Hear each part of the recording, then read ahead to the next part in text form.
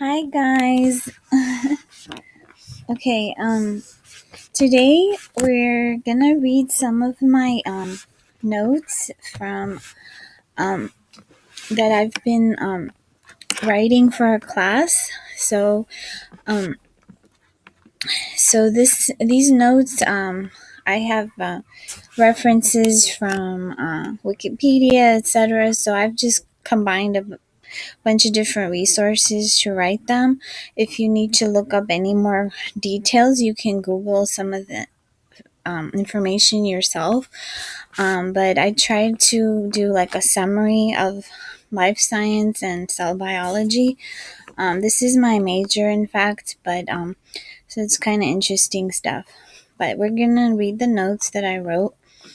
Okay, so Ruben, say hi. Hello.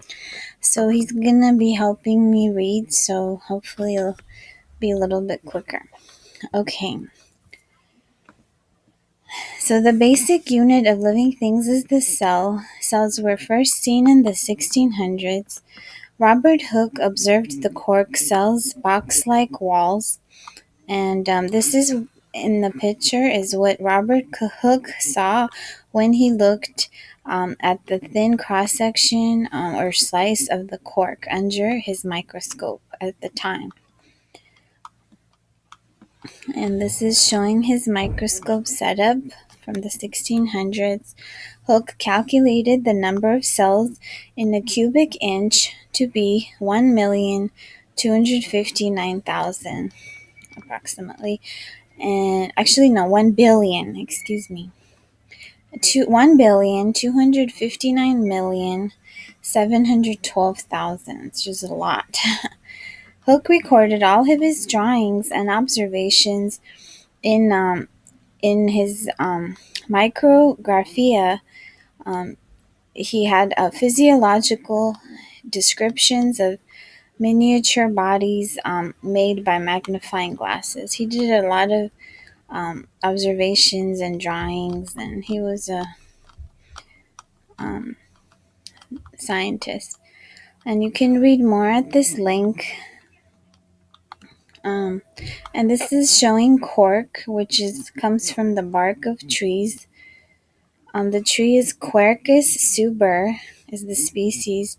Cork oak, and that's the bark. And this is from Portugal. You want to read the note? The note is Cork Cambium.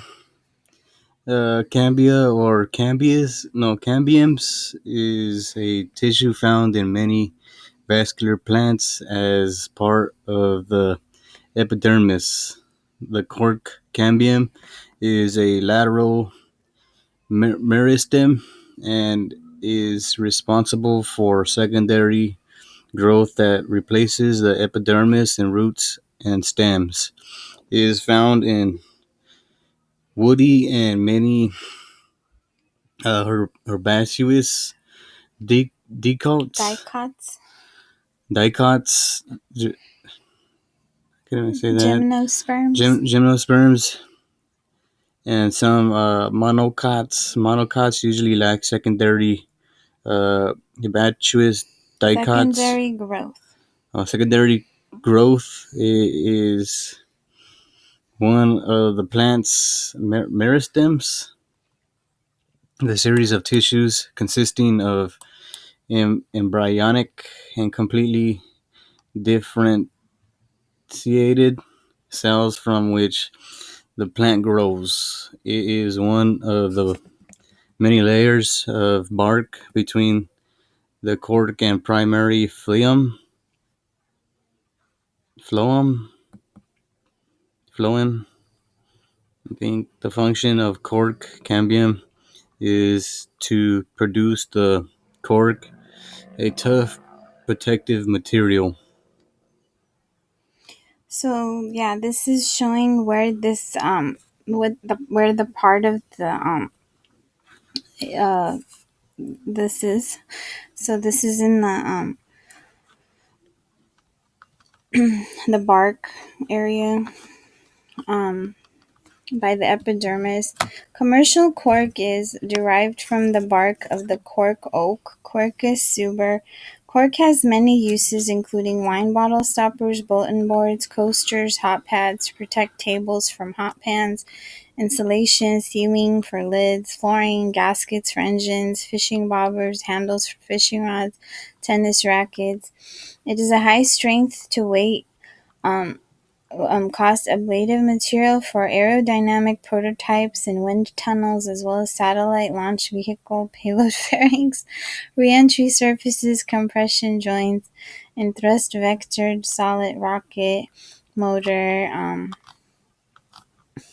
and etc. It's like a Here's Pokeball. an example of what cork material looks like.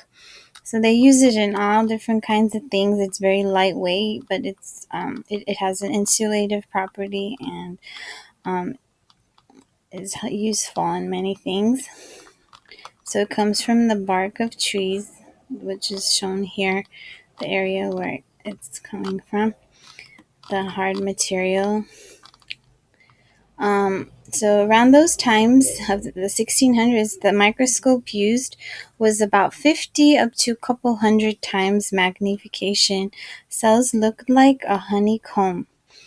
The way they were looking at it. Later on, in the 1800s, a compound light microscope advanced up to 1,000 times magnification. Then, in the 1900s, electron microscopy with magnification of up to 1,000,000 times was invented. With increased magnification, the development of this field, cells and their structures were seen more clearly. As shown right here is a cell, and you can look at references from Wikipedia on the visualization of cells and cell parts. Cells control life functions like movement, growth, maintenance, by manufacturing of specialized substances. Um, Living things and organisms are either unicellular, which is a single cell organism like bacteria and protozoa, or multicellular, having many different types of specialized cells within one organism. Example, in animals, there are skin cells, blood cells, nerve cells, etc. Cells may differ in size and appearance. However, they each have the same basic structures. So the next section is cell parts and their structures. I did include some pictures just for helping of understanding the material. Most pictures, they have it on Google and stuff for studying purposes. Go ahead, Ruben. This is a cell wall. Plant cells, Plant cells, unlike animal cells, have additionally a cell wall providing rigidity. rigidity and shape structure. This protects the plant cells. It is the outermost layer and looks like a box. So these pictures are showing example of the cell wall. I tried to use some really good pictures. They had like cool drawings, three-dimensional and stuff on Google. Here it's showing nucleus, mitochondria, vacuole, chloroplast, and cytoplasm of a plant cell, and the exterior is the cell wall. They do look like box or honeycombs.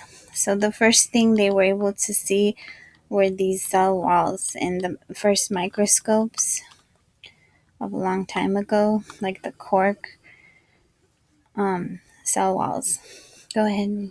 Another structure only found in plant cells is the chloroplast. These look like raisins around the cell's interior, and they absorb the sun's energy for the production of nutrients. Yeah, so those are like the raisin looking red um, ovals inside the cell, the chloroplasts. Here we have more pictures. These are showing the chloroplast structure. And we're going to have to continue in the next video. Thank you guys. And Bye. Say bye. Bye bye.